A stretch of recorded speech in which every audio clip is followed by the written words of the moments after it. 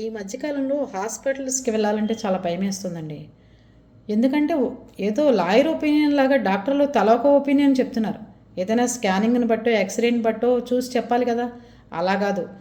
ఈ స్కానింగ్ ఇదే రిపోర్ట్‌ని చూసి ఒక డాక్టర్ ఏమో వేలు తీసేయాలంటాడు, ఒక డాక్టర్ కాలు తీసేయాలంటాడు, ఒక డాక్టర్ ఏమో బొంక ఇరిగిందంటాడు, ఇంకో డాక్టర్ ఇంకోటి చెప్తున్నారు మనుషులకి.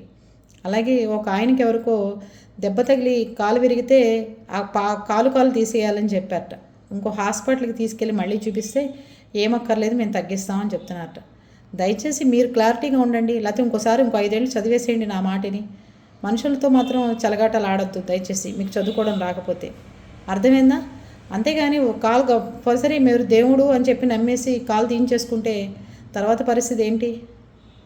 అది ఇంకో ఆయన బ్రహ్మాండంగా 4 రోజుల్లో కాలు శుభ్రంగా తగ్గించేసి లేపి నడిపించేశాడు.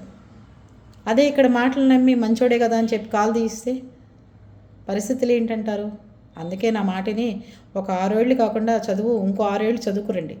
అప్పుడు సెట్ అవుతుంది మీకు బ్రెయిన్.